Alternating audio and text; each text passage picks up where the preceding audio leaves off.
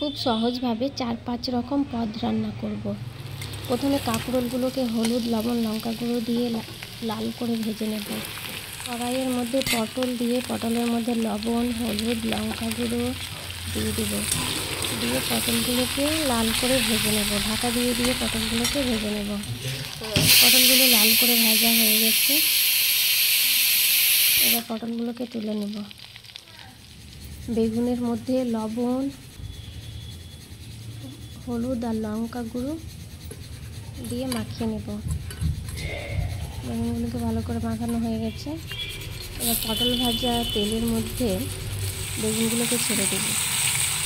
বেগুনগুলোকে ভালো করে এপিট করে লাল করে ভেজে নেব। বেগুনগুলোকে উল্টে দিলাম। বেগুনগুলোকে লাল করে ভেজে নেওয়ার পরে বেগুনগুলোকে তুলে নেব। আবার আলু ভাজার মধ্যে লবণ, হলুদ, লঙ্কা গুঁড়ো দিয়ে আলুগুলোকে লাল করে ভেজে নেব। এর মধ্যে পোস্ত দানা দিয়ে দিব। আলু ভাজা হলে এর মধ্যে পোস্ত দানা দিয়ে দিব। পোস্ত দিয়ে আলুগুলোকে লাল করে ভেজে নেব।